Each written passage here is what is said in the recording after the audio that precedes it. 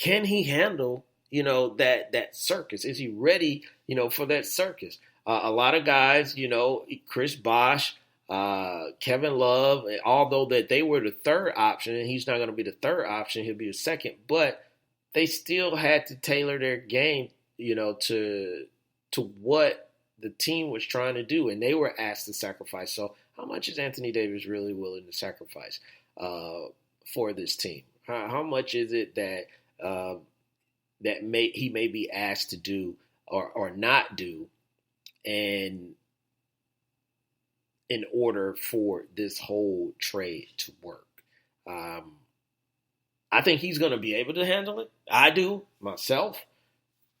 If they get a guy like Kyrie or Kemba, especially if they get Kemba, I think with Kemba and Anthony jumping in, I think the only problem that they will run into is kind of like, how do I fit in immediately right away? Because it is LeBron. You gotta think he's going to be the first option. And to me, I honestly think LeBron needs to start taking a back seat a little bit, just a little bit. Start, phasing it down to Anthony at times, because that's who's going to be running this, or that's who's going to be the face of this franchise pretty soon. If he re-signs, which it looks like he is going to re-sign with Los Angeles. So it's going to be a circus. It is going to be a circus. I'm reading in the Wait a Minute Show chat room. Damn you, Mo. Can't believe I said that. You got me. You tricked me. But it's okay. It's all right. Mochi says, AD has been the attraction in New Orleans. Him being in LA won't be a problem. We were talking about the third most efficient player in NBA history and best player in the last 5 years when it comes to pick and roll. Between him and LeBron running pick and roll and pick and pop sets, they will average 60. You make valid points. You make good points, Mo. But I like to also, have that, and I'm not taking anything away from Anthony Davis, because he is. I know about that third most efficient player in NBA history. But what has that got him when it comes to wins and losses, though? They talk about that. They're like, yeah, he's done all this stuff great. But then where does that translate into the wins and losses? Where does that translate into playoff success? Where does that translate into taking a team, to a promised land? And I think that's what he's going to have to deal with, is that if things start out slow, people are going to question. They're not going to bring up about the third most efficient. They're not going to bring up about, the pick and roll and pick and pop and, and all that stuff. They are going to have their challenges that they're going to have to get through. And he said, LeBron is the second most efficient. D Wade and LeBron had their moments where they were trying to figure that out. So it's not as cut and dry, I think, as people would seem. But you bring up a great point, on that. So, but that's the great thing about this upcoming season. We're going to be able to find out, and we're going to be able to see how he's going to handle this, and then we'll be able to talk about it all season long, which we will be talking about it, just like Mo Cheese and other Lakers fans. Damn you. Got me saying Lakers. But what I'm going to say now is, ladies and gentlemen, it is time. It is time for the Big L Award. Yes, we brought it back on Saturday because we took a break and people got mad, at me, for not doing it on last Wednesday's show. So we are back once again for the Big L Award. And for people who don't know, the Big L Award stands for the Big Loser Award. Sometimes we just do losers things in life, and we just have to accept it. We take an L, but you have to take it, and then you got to move on and try to get better from it. So we got to hand it out to someone, and that person, thing, whatever it is that you want to label it, but I'm going to call it the team that we are handing the Big L Award out to. And that is going to NFL franchise, the Jacksonville Jaguars. And why are the Jacksonville Jaguars getting a Big L Award? I'm going to tell you why. Recently, their middle linebacker, or weak side linebacker, Telvin Smith, has decided to step away from playing football for a year. He's citing personal reasons. So obviously, this dude, for him to step away from the game, from everything that goes into the game and the requirements and even the fame, accolade, whatever else that that comes with it. He's saying, I got some things going on and I need to handle it and I need to get it addressed. And it's going to make me better from this. So he's going to take off the entire 2019 season. And he wants to come back and basically be better from whatever it is that he's coming back from. And I have no problem with that. And I applaud that, because it takes a big person, to walk away from all this stuff that goes on in a life. And you got money and all this stuff, and you just try and deal with it. So the Jacksonville Jaguars, for whatever reason, and I'm just trying to figure this out, is that he told you, I'm going to take off the 2019 season, which means I'm not going to be at practice, ladies and gentlemen.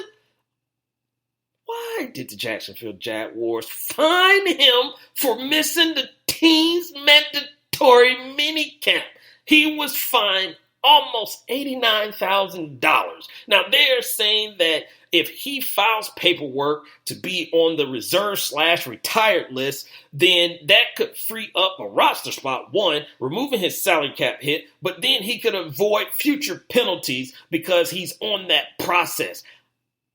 You mean Jacksonville didn't tell him that? Just like, hey, bro, we're going to put you on this list so we ain't got to charge you, and then you come back next year. Nobody told him, and then you're going to charge him?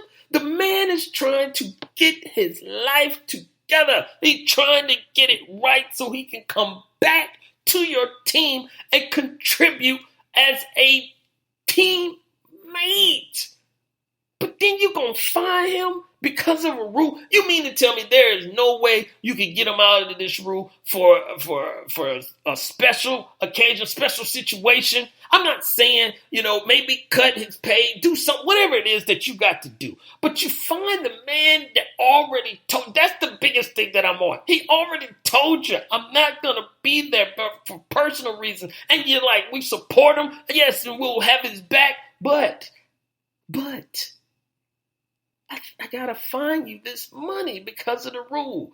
Come on, man. Jacksonville, you can do better than that. You could have found the way. You could have came up with an alternative. I'm not saying that you had to just immediately just get rid of the fine or anything like that. But tell him, work out something, do something. Just don't charge him all of the money, all of it. Do something to help him out. Jeez, is that too much to ask? The man is trying to get his life together. But you decided to do other things. And so what we decided to do here at the Wait a Minute Show is hand this Big L award out to the Jacksonville Jaguars. Now take it. See? Another loser. Indeed as well.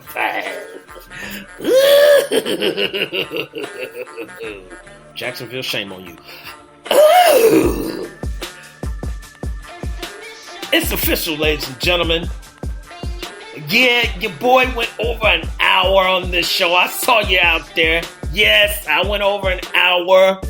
Had a little bit extra to talk about. Had a little bit more to get off my chest. Mocha Bell talking about I had to go to the HR department of X Squad and make a complaint on Jelani and Lopan. I guess for these hour-long shows. Mocha Bella, I'm telling you, you better be careful. I'm going to put you up for a Big L award if you're not careful. Jeez. Get off my back. Ladies and gentlemen, TDSS5 is going down once again October 18th, 19th, and 20th. Make sure you reserve your dates, your time off, whatever it is you got to do to make it, because it will be here before you know it. But let me hit some people out there. People that was listening to the background, I appreciate all the listeners tuning in, listening to me and Lopan act the fool. And then also the people that are in the chat room, just like Mocha Bella. I appreciate you for joining in. But I'm going to put you up for that Big L award.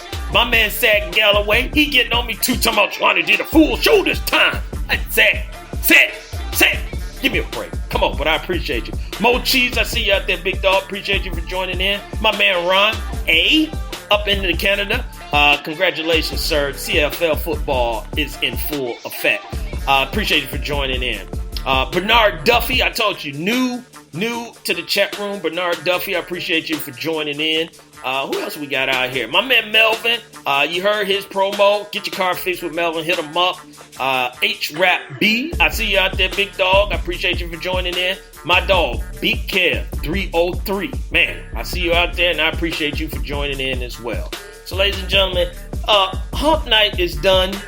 We are moving into the weekend zone. So we only got 2 more days, or, if you listen to this in the morning, we still got 2 more days. Get ready for the weekend. Get ready to do something positive. Get ready to get something accomplished. Whatever it may be, accomplish whatever you want. Just put it into effect. Put a plan together and try and execute it. No one will fault you for trying. There's nothing wrong with trying.